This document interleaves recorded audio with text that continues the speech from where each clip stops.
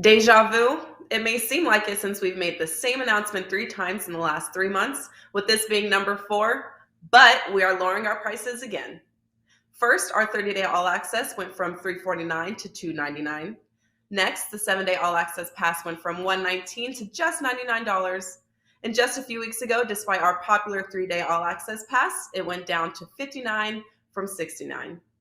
Next up is the 90-day all access pass, which is now officially dropped down to $749 from being $849, giving you 90 days of selections from your favorite handicapper for under $6 per week.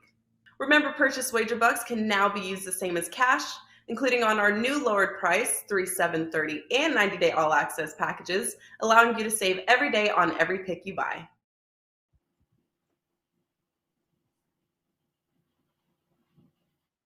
Hey guys, welcome in, and a very happy Friday to you as we find ourselves getting ready for, the third weekend in February already, the 18th right now, and it's a great time in racing, especially horse racing here this weekend as we are upping the stakes, the Kentucky Derby prep races, 85 points up for grab this weekend, and I can't think of two guys I would rather talk with about this big race day.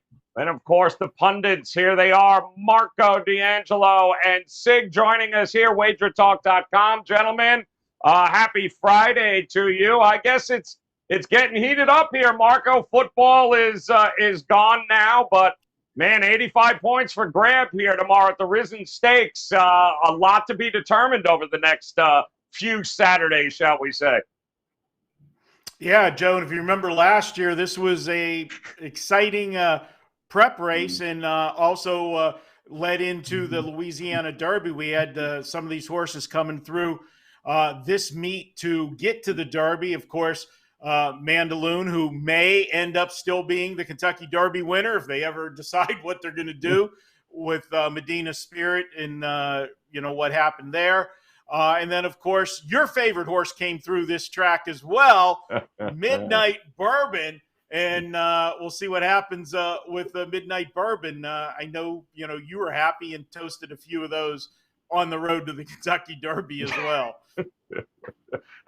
Isn't it nice that, like, he tried to make it seem like I needed a reason to actually pour my bourbon? Like, that's priceless. I love it. Sig, what's going on here, man? Here we go to the fairgrounds. Love this time of year.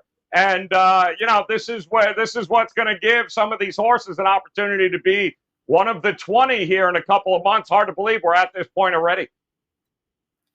Yeah, Joe, first 50-point Derby prep race of the season here. The Risen Star coming up. And last year, guys, if you remember, the Louisiana circuit was probably the toughest circuit on the Derby Trail. We had a lot of horses coming through there. Midnight Bourbon, Mandaloon, Hot Rod Charlie all came through that Louisiana circuit. Again, with this race tomorrow, we have one heck of a field here. And I get the feeling that Marco and I are going to see this race a little differently coming up. Oh, I can't wait. That's going to be fantastic here, guys. 10 horses in this race here. We'll break down each and every one of them. But first, guys, let me just remind you that there is no better way for you to make it a very profitable weekend, both at the track and college basketball. You've got NHL. And right now, you've got an opportunity to grab each and every one of Marco's, whether it be NBA, college hoops, along with the NHL. 3 days of all access, just $59 right now, guys, over at WagerTalk.com. His best bets, his last 17 is 4 and 5 percenters. He's 12 and 5, guys, and he's 22 and 9 in his last 31 in the NHL. So he is seeing it clearly, guys. So head over there right now. No better time. Grab for $59. Get a 3-day all-access pass and never miss a play. And Sig, way ahead of the curve here, guys, on the trail to the Kentucky Derby. You can grab his daily racing reports every day by at least 9 a.m. Eastern time. They get delivered straight to your email. You can hop over to Sig's page right now and grab that, wt.buzz/Sig. No reason for you not to make it and cash a few tickets. Make it a profitable Saturday at the track here with Sig's daily racing reports. All right, the Risen Star Stakes. We are on our way to New Orleans. And let's talk about number 1 here. Pop a Cap. Look at that. 4-1. And I believe we're starting with you, Sig. Wow. Tyler Gaffleone, Marquez here. What do you think about the 4-1 number 1? Well, Joe, the sire of Papa Cap here is Gunrunner, who was a pretty good horse, and he was known for that Louisiana circuit here. So I think the big question here is he going to be like his dad, and is Papa Cap going to be another Gunrunner here? He very well could be, but he has a reluctance right now to pass horses, and today he hasn't shown the propensity to do so. He won his debut at Gulfstream last spring, and then they shipped him west, where he ran behind some of Bob Baffert's most talented 2-year-olds in Pinehurst and Corniche, who he couldn't get by in the Breeders' Cup Juvenile, but he gave him a heck of a run. He had a 2+ month layoff here and then returned to the Lecomte last month right here at Fairgrounds. And Joe Bravo gave him a really nice ground-saving trip, got the rail the whole way, but he was never close to pass an Epicenter in the stretch run there. And they both ended up being behind the hard-charging Call Me Midnight that neither one saw coming as they were battling each other. I think Mark Cassie's going to have him a little more tuned up here on Saturday, and I love the jog change to Tyler Gaffleone. I think Papa Cap here is a contender. All right, that's a contender. Now I'm going to pour myself a glass of bourbon, and I can't wait to hear what Marco is going to say about Russian Tank here at 50-1. Marco, talk to me about Russian Tank. I can't wait. No. There's no way this horse should be in this race to start with. There's no way this horse wins this race. He would need a Russian Tank to be coming down the stretch the other way and knock out the 9 horses that'll be in front of him when he's trailing the field for him to end up winning. This is a horse that's already had 8 starts. You hear me talk about horses, 2-3 starts. That's when you can see, we don't know where the ceiling is on these horses. We know what this horse is, and it's not a good horse. It took him 6 tries to break his maiden, and he's got no speed figures that puts him anywhere close in this race. He's not bred for the distance. I just think it's a local owner wants to run in a big race. It's the only thing I can figure. Pass on Russian Tank, and I'm trying to be as nice as I possibly can.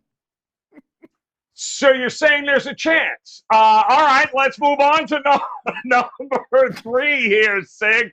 10-1 Trafalgar there with, I believe, Colby Hernandez on board. Albert Stahl training.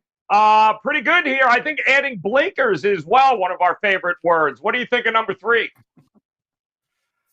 That is correct, Joe. They are adding blinkers here to Trafalgar. And he's a Lord Nelson colt. He was in really good position in the make a late run in the Lecomte. He was sitting third, just 3 lengths off the leaders at the top of the stretch. But he ended up having nothing left in the tank there. He ran on, and he held on for 4th in that race there with the Call Me Midnight making that big late outside run here.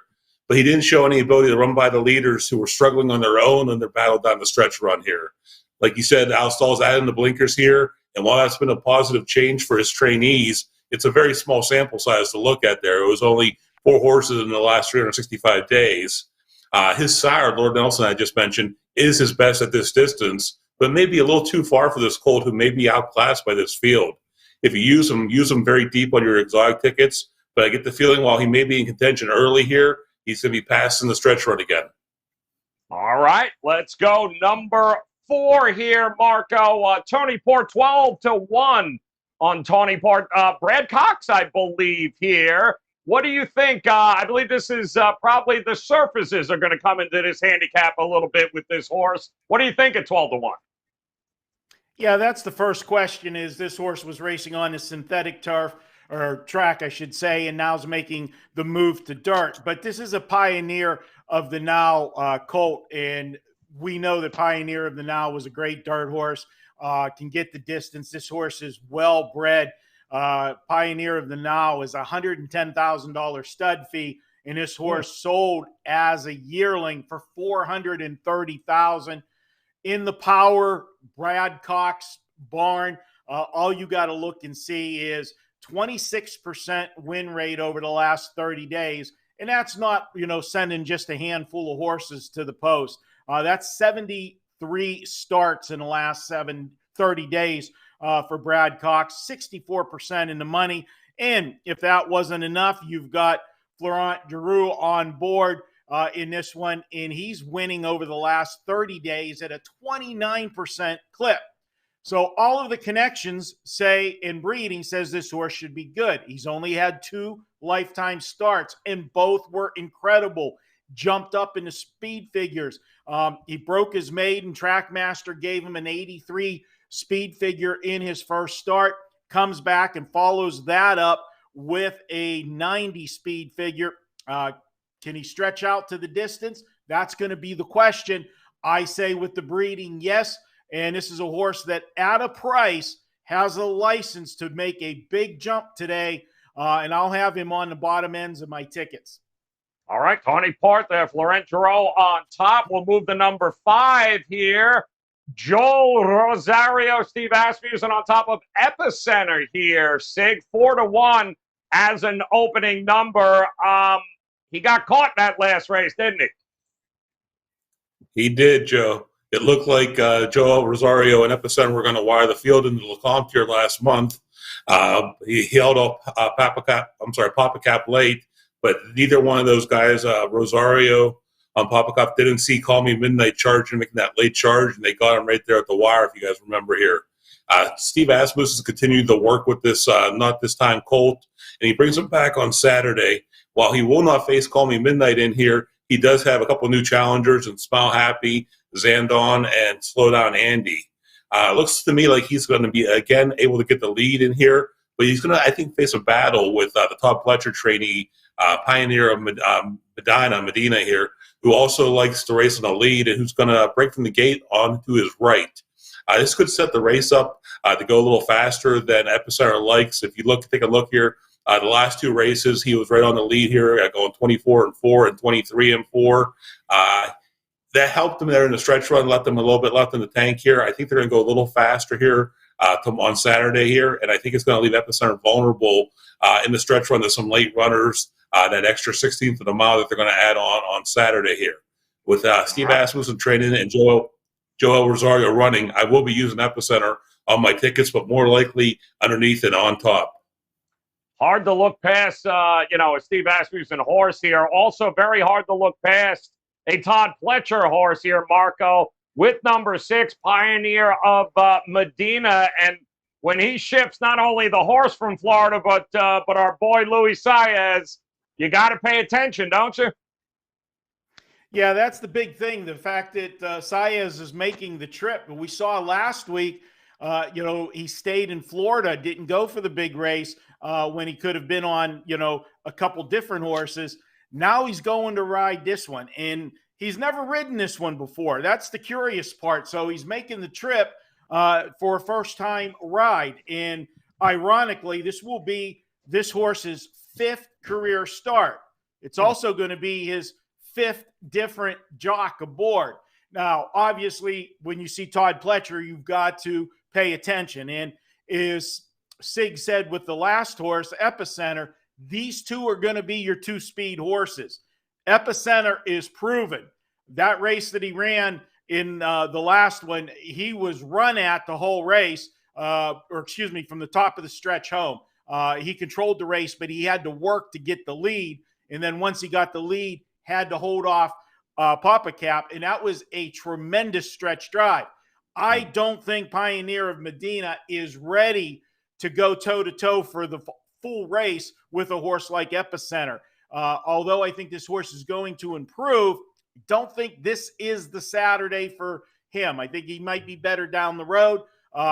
Again, he could hang on to run 3rd or 4th on the ticket, but he's not going to make my final cut.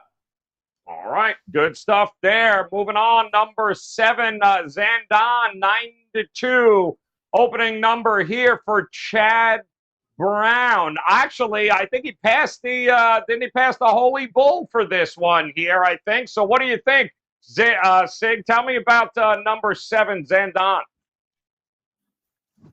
Yeah, Joe, interesting. Chad Brown decided to ship here to Fairgrounds, where he doesn't race too many horses here, coming down from the New York circuit. He broke his maiden in October and then just missed in the Remsen in December at Aqueduct. This horse does his best running late, and although he's been on the early pace in both of his starts, I think that Jose Ortiz may take him back a little bit early here, especially if that pace battle develops up front with Epicenter and Pioneer Medina that we both just talked about here, and they set some fast early fractions. This horse has experienced trouble in both his starts, but he still recovered well, which is something I like to see out of a young horse. He does not get flustered here. 2 races under his belt, 2 trouble lines, both right there at the wire. You don't see too many, like I said, too many Chad Brown horses racing at the fairgrounds, but he does a very good job of placing his horses. I think this one has a shot against this field with a big late run.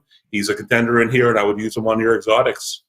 All right, keeping an eye on number 7. We'll move to number 8. How about Smile Happy here? Corey Lanier, Ken McPeak, and what else can you say here? There's a lot of people that like this horse, Marco. Do you like him tomorrow?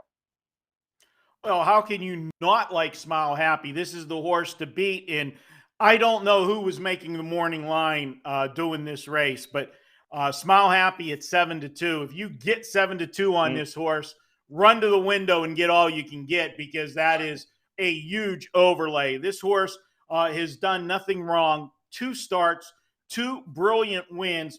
Now, my only knock, and I shouldn't knock this guy, but on the big stage, Corey Lannery, not a household name, and he's going to be riding Smile Happy. Now, he's ridden him in in his second start, an easy win in the Kentucky Jockey Club. And if you look at who he beat in the Kentucky Jockey Club, you're going to recognize a couple names.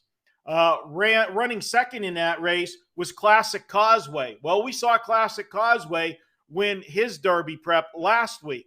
And then the horse that ran third in that race, White Abario, well, that was 2 weeks back, won the Holy Bull. So he has really, faced tough competition, and the 2 horses he beat came back to both win their races.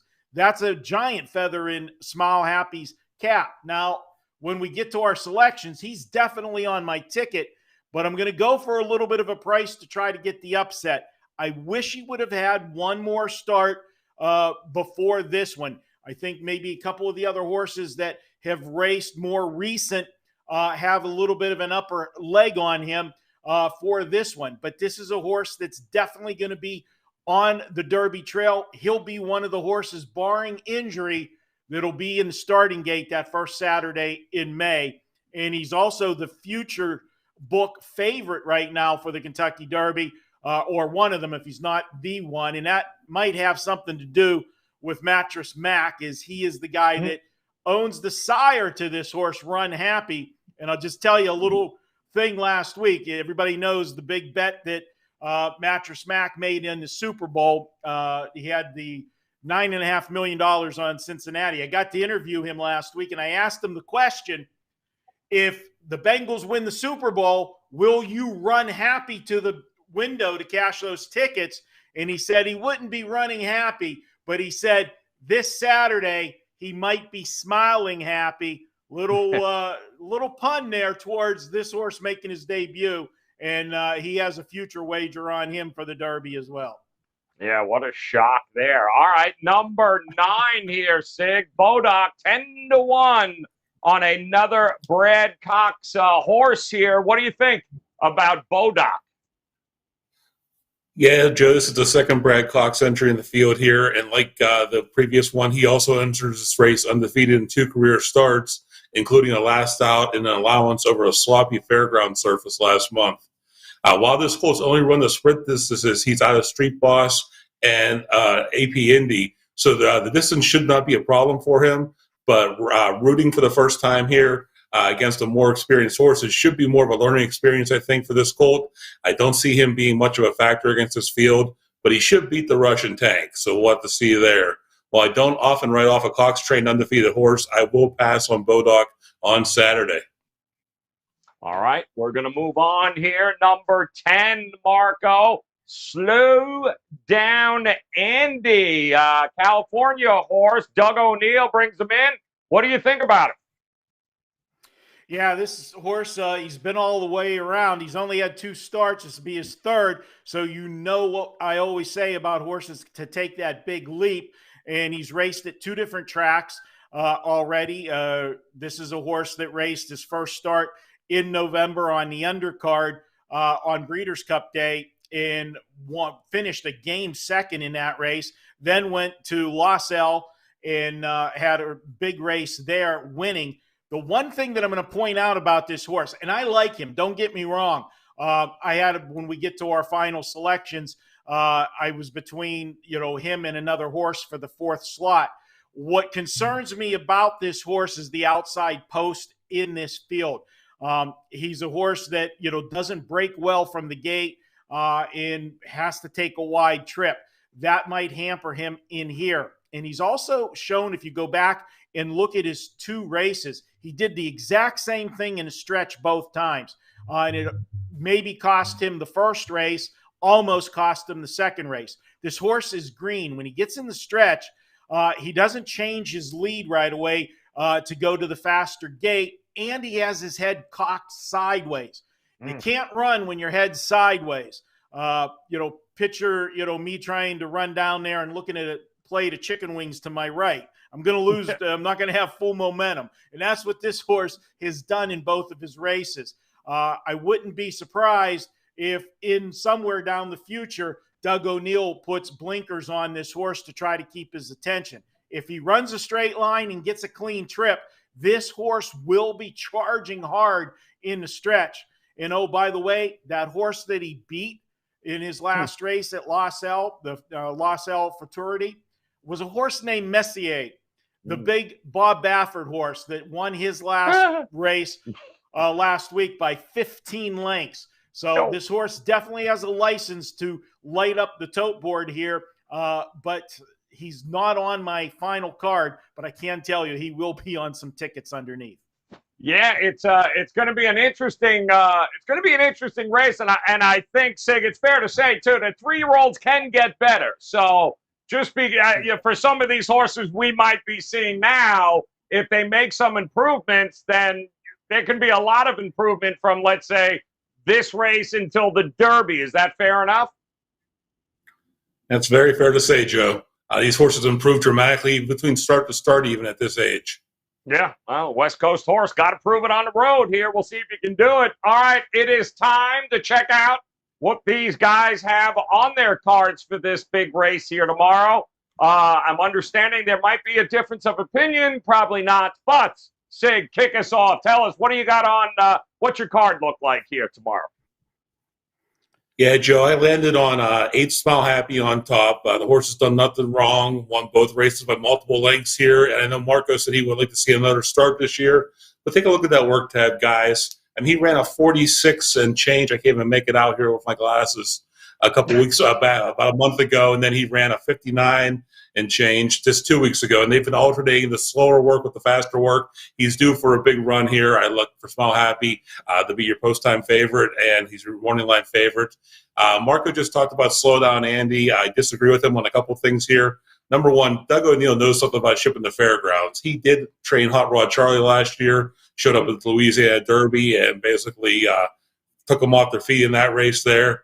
Like Marco also said, he was flattered when Messier won that race. The Robert Lewis a few weeks ago by those 15 lengths here. There's no question that Slow Down Andy is going to be fit and ready for this race here. Just look at that series of 5 furlong works there in the work tab there. This horse is going to be very fit, but they do have to hopefully get that corrected with him in the stretch run. And I think they've had the 2.5 months off here. I think that's going to happen. Papa Cap, who I already talked about, guys, is my third choice on here. And then I like the Pletcher horse, Pioneer of Medina here. Like Marco said, yeah, Luis Saez is making the trip here for Pletcher. He is one of Pletcher's go-to riders, but for him to leave Gulfstream with leading the race, leading the meet as a jockey right now, says a lot about how he feels about this horse here. He's raced at 4 different tracks with like 4 different jockeys here. I think this is just a race horse here out of Pioneer the Now. I think he has a nice shot at 10-1 here to hit the board definitely, and I think he's definitely a contender. I think he's going to have enough left in the tank, and I look forward to seeing this race on Saturday. All right, let's check it out here. Sig selections 8, 10-1-6 here, guys, for the Risen Star tomorrow.